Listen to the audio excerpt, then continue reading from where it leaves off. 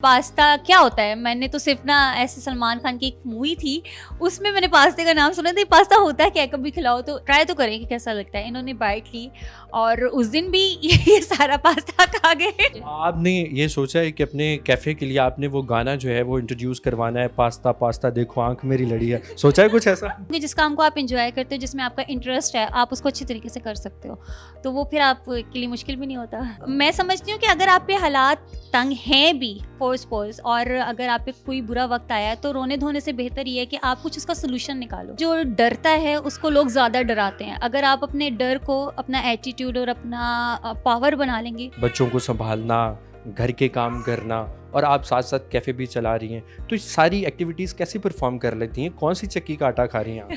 Digital Pakistan की videos देखने के लिए हमारा चैनल सब्सक्राइब कीजिए और बेल आइकॉन को प्रेस कीजिए ताकि आप हर वीडियो से बाखबर रह सकें। दिल बहलाने का सामान ना समझा जाए, अब हमें इतना भी आसान ना समझा जाए। ये बेटियां भी बेटों की तरह उड़ने का हक रखती हैं, बस इनको ही मेहमान ना समझा जाए। अस्सलाम वालेकुम नाज़रीन, आपका मेज़बान रोहाब राना आपकी खिदमत में हाजिर है और आप देख रहे हैं डिजिटल पाकिस्तान। नाज़रीन, आज आपकी एक ऐसी बेटी से मुलाकात करवाने लाए हैं जिनका नाम है रुबाब अली, और इन्होंने अपने घर को जो है वो पूरे कैफ़े में तब्दील कर रखा है और ये एक निजी टीवी में जो है कुछ अर्सा भी गुजार चुकी हैं। और उस नौकरी को छोड़ के एक कैफ़े को यूटिलाइज़ करना कैसा एक्सपीरियंस रहा और इनकी ज़िंदगी की मज़ीद कहानी क्या है, आइए इनसे जानते हैं। अस्सलाम वालेकुम। वालेकुम अस्सलाम। कैसी हैं आप? अल्लाह का शुक्र, ठीक ठाक। आप? सबसे पहले तो मुझे ये बताइएगा कि आपने अपने घर को जो है वो कैफ़े में यूटिलाइज़ कर लिया, ये आइडिया कहाँ से आया? आइडिया ऐसे है, वो कहते हैं ना ज़रूरत ईजाद की माँ है, तो ये ऐसे ही आइडिया आया।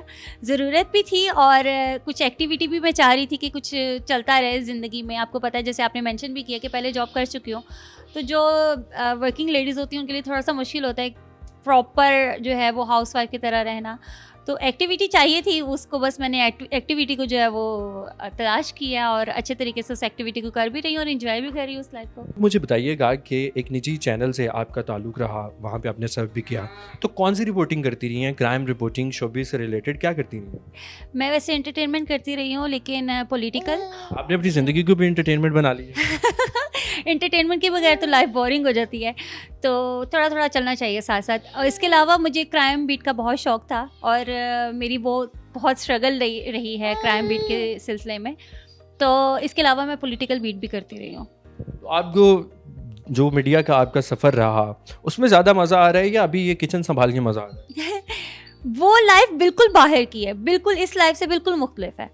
तो मैंने उसको भी उस लाइफ में जो मैंने स्ट्रगल किया है, मैंने उसको बहुत ज़्यादा इंजॉय किया। तो ये वाली लाइफ भी बहुत मज़े की है और वो वाली स्ट्रगलिंग लाइफ वो जो थी वो भी बहुत मज़े की थी। अमूमन हमने देखा है कि जब इंसान की शादी हो जाती है, स्पेशली ख़वातीन में, तो बहुत सारी जो है ना वो रोकथाम होती है, रुकावटें होती हैं शौहर की जानिब से, सास की जानिब से, नंदों की जानिब से कि आपने ये नहीं करना, आपने वो नहीं करना, और आपने घर में कैफ़े खोला। तो फैमिली कैसी थी, मतलब सपोर्टिव रही आपके साथ? अल्लाह का शुक्र है, फैमिली की सपोर्ट के बगैर तो मैं कभी भी कामयाब नहीं हो सकती। मामा और पापा की अगर बात की जाए तो उन्होंने भी हमेशा से बहुत ज़्यादा सपोर्ट किया, और उसके बाद शादी के बाद हस्बैंड और आगे इन लॉज की फैमिली, तो अल्लाह का शुक्र है बहुत अच्छी सपोर्ट रही है। खातून रिपोर्टर को हमेशा जो है वो कमज़ोर समझा जाता है कि खातून रिपोर्टर है तो बहुत कमज़ोर है, और आपका ये सफ़र जो है वो इस तरह का रहा कि आपने मुख्तलिफ जो है वो शुबे की रिपोर्टिंग की है और इंटरटेनमेंट को भी आप साथ लेके चलती रहीं। तो आपको लगता है कि खातून के लिए सहाफ़ती जो किरदार है वो निभाना कितना मुश्किल है? मुझे बहुत सारी रिस्पेक्ट मिली है। मतलब जिस चैनल से मैं बिलोंग किया वो बहुत अच्छा चैनल था और वहाँ का जो स्टाफ था उसने भी मुझे बहुत हेल्प आउट किया। हाँ, अच्छे बुरे लोग आपको हर जगह मिलते हैं।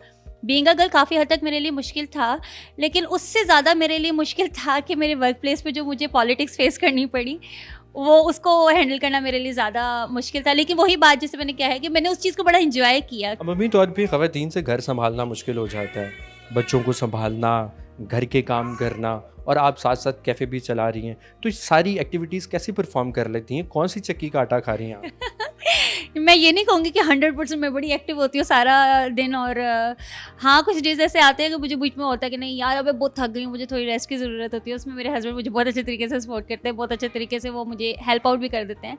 लेकिन अदरवाइज़ मैं अपने काम को इंजॉय करती हूँ। मैं समझती हूँ कि जिस काम को आप इंजॉय करते हो, जिसमें आपका इंटरेस्ट है, आप उसको अच्छे तरीके से कर सकते हो, तो वो फिर आपके लिए मुश्किल भी नहीं होता। आपने वो एक मूवी देखी होगी जिसमें पास्ता बार बार दिखाया गया है और सलमान भाई पास्ता भी खाते हैं, वहाँ से इंस्पायर होके तो आपने पास्ता बनाना नहीं शुरू किया? नहीं, बिल्कुल भी ऐसा नहीं हुआ, लेकिन हाँ ये ज़रूर है कि एक दो लोगों से मैंने पूछा नहीं, बल्कि उन्होंने बोला कि पास्ता क्या होता है। मैंने तो सिर्फ ना ऐसे सलमान खान की एक मूवी थी, उसमें मैंने पास्ते का नाम सुना था, पास्ता होता है क्या, कभी खिलाओ, तो ऐसा ज़रूर हुआ। आपके लिए एग्जाम्पल देना आसान हो गया? हाँ, एग्जाम्पल देना आसान हो गया। मुझे वो ऑनेस्टली बताऊँ, मुझे वो मूवी याद ही नहीं थी। मुझे उन साहब ने याद करवाया कि हाँ उस मूवी में पास्ते का नाम सुना था। बस आइडिया तो खुद से ही आया, क्योंकि और आपकी कैफ़े की स्पेशलिटी जो है वो पास्ता है, और शौहर को भी पास्ता ही खिलाई जा रही हैं।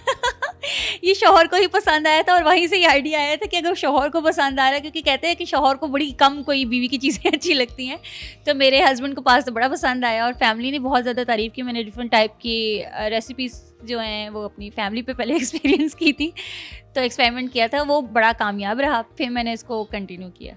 मैंने सुना है कि पास्ता आपको बहुत ज़्यादा पसंद था, और अली साहब जो है वो पास्ता नहीं खाते थे। एक दिन आपने उनको कहा कि एक बार खा के तो देखें, आप वो पास्ता के अलावा कुछ मांगते नहीं हैं। ऐसा ही है। इनको बिल्कुल भी शादी से पहले ये कहते थे ये सूंडियाँ सी, ये अजीब सी हैं, मैं नहीं खा सकती, मैं नहीं खा सकता। तो फिर एक दिन मुझे बहुत पसंद था, तो मैंने घर पे इनसे चीज़ें मंगवाई, मैंने बनाया, और ज़बरदस्ती मैंने एक बाइट लेके तो देखें, आप ट्राई तो करें कि कैसा लगता है। इन्होंने बाइट ली, और उस दिन भी ये सारा पास्ता खा गए जो मैंने अपने लिए बनाया था। और उसके बाद ये हुआ कि हर 2 दिन 3 दिन बाद इनका ये होता था पास्ता बना दो, पास्ता बना दो। तो वहीं से फिर ये जो आपने ये सोचा है कि अपने कैफ़े के लिए आपने वो गाना जो है वो इंट्रोड्यूस करवाना है, पास्ता पास्ता देखो आंख मेरी लड़ी है, सोचा है कुछ ऐसा? मैंने ये गाना सुना ही नहीं हुआ। मैंने आपको धुन दे दी, अब आप बना लीजिए इस पे, अली भाई की हेल्प लेके ना इस पे म्यूजिक जनरेट करें और इसको धुन बनाएं। जी ज़रूर। हाँ, मेरी सिंगिंग भी अच्छी है, तो मैं गाना भी खुद ही गा लूँगी।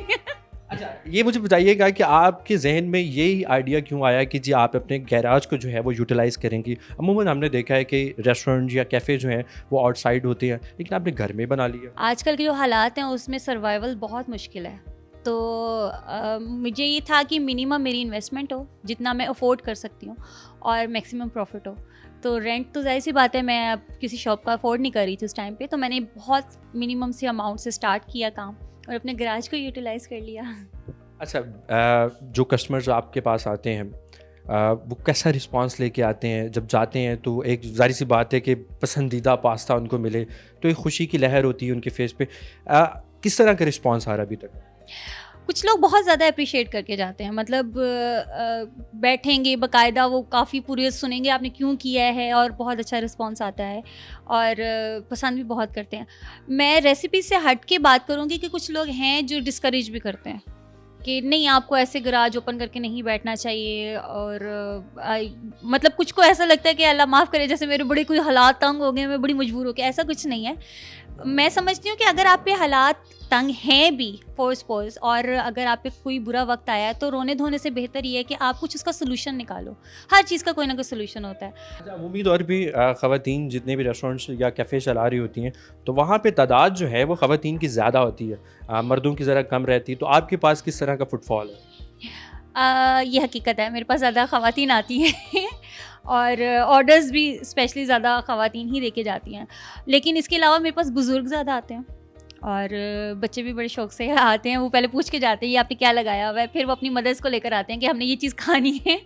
तो ऐसे चलता रहता है। जो ख़वातीन समझती हैं कि जी हम बाहर जाएंगे तो इस तरह की चीज़ें हमें फ़ेस करनी पड़ेंगी, लोग टोंट करते हैं, और आपने उन तमाम ख़वातीन के लिए एक मोटिवेशनल स्टोरी के तौर पे आप उभर के सामने आई हैं। उन तमाम ख़वातीन को क्या कहना चाहेंगी जो आज भी निकलने से डरती हैं, इस माशरे का खौफ उनके दिल में? मैं ये कहना चाहूँगी कि जो डरता है उसको लोग ज़्यादा डराते हैं। अगर आप अपने डर को अपना एटीट्यूड और अपना पावर बना लेंगे, तो मेरा ख़्याल है किसी में इतनी हिम्मत नहीं होती है कि आपको कोई भी जो है वो हर्ट कर सके, या आपको कोई भी नुकसान पहुंचा सके। तो अपने खौफ को जो है वो अपनी पावर बनाएं, अपने खौफ को फेस करना सीखें, आप इंशाल्लाह ताला कामयाब हो जाएंगे। आपने इस कैफ़े का आगाज़ कितने पैसों में किया? फर्स्ट डे जो मैंने इन्वेस्टमेंट की थी वो 1450 थी, 1450 रुपीज़, और मैंने सिर्फ पास्ता बनाया था और डिस्पोजेबल बॉक्सेस लेकर आई थी, और ये एक टेबल से मैंने उसका आगाज़ किया था। और अर्निंग जो है वो मेरी फ़र्स्ट डे ही 2000 प्लस थी, और बड़ा अच्छा रिस्पांस आया था। फिर उसको मज़ीद मैंने इन्वेस्ट किया और मज़ीद इंक्रीज़ किया, तो आप इससे हिसाब लगा सकते हैं कि उसके बाद अर्निंग का जो है वो क्या मेरा सिस्टम रहा। इसके अलावा डिशेस जो हैं वो मैं टाइम टू टाइम ऐड करती हूँ, एक परमानेंट बेसिस पे फ़िलहाल नहीं है, लेकिन इंशाल्लाह ताला मेन्यू वगैरह जो है वो मैं इन प्रोसेस चल रहा है सारा कुछ। मेन्यू भी इंक्रीज़ होगा यहाँ पर। बिरयानी, सूप, कॉफ़ी, चाय, कहवा, पास्ते की 4 टाइप्स हैं हमारे पास, और इसके अलावा मज़ीद हांडियाँ वगैरह जो हैं देसी फूड वो भी ऐड कर रही हूँ साथ में। देसी फूड की जाने पे जाने का आपका इरादा है? जी बिल्कुल। उसमें क्या कोई देसी घी वाले पराठे शराठे या वो सरसों का साग, मक्की की रोटी, इस साइड भी जाने का इरादा है? बिल्कुल ये चीज़ें भी ऐड करूँगी, लेकिन अभी फ़िलहाल जो मेरी सबसे ज़्यादा मुझे लगता है कि मैं बहुत मज़े की चीज़ बनाती हूँ, मेरी चिकन मलाई हांडी है। तो वो बिल्कुल प्रॉपर बटर में और क्रीम वो उसके साथ इंशाल्लाह। हमने देखा है कि अमूमन लोग फूड पांडा पे जो है वो अपनी शॉप लगा देते हैं, तो आपका भी ऐसा कोई सीन है? मैंने अपनी वेबसाइट बनाई है, वो उसमें भी जो है वो डिलीवरी का सिस्टम हम लोग स्टार्ट करेंगे, और फूड पांडा पे में भी नेक्स्ट मंथ में हम वहाँ पे भी रजिस्टर कर रहे हैं, और बाकी कोशिश पूरी ये होगी कि अपना डिलीवरी वाला सिस्टम जो है वो हम खुद से उसको कंटिन्यू करें। जो आपके पास यहाँ फिजिकली विजिट करना चाहते हैं उनको ज़रा एड्रेस बता दीजिए। जी ये है house number 4 Rahman Vilas, opposite doctor Asif Hanif, Bastami road, Samanabad. आखिर में हमारे देखने वाले नाज़रीन के लिए कोई पैगाम ये है कि ज़्यादातर ख़वातीन को ही पैगाम दूंगी, क्योंकि मैं एक बीइंग अ गर्ल जो है वो जिस चीज़ को फेस कर रही हूँ, तो आप में कोई ना कोई टैलेंट मस्ट होगा। अपने टैलेंट को तलाश करें, उसको यूटिलाइज़ करें, और दुनिया क्या कहेगी इस चीज़ को अपने जहन से निकाल दें। अगर इस चीज़ को आप जहन में रखेंगे तो कभी कामयाब नहीं हो सकेंगे। जी तो नाज़रीन, आपकी मुलाकात करवाई रुबाब अली से, जिन्होंने साबित कर दिया कि अगर इंसान के अंदर काम करने की हिम्मत है तो वो अपने घर में भी कोई ना कोई काम कर सकता है। उम्मीद करते हैं आज की कहानी आपको अच्छी लगी होगी। इसी के साथ अपने मेज़बान को दीजिए इजाज़त। देखते रहिए डिजिटल पाकिस्तान। अल्लाह ने के मान।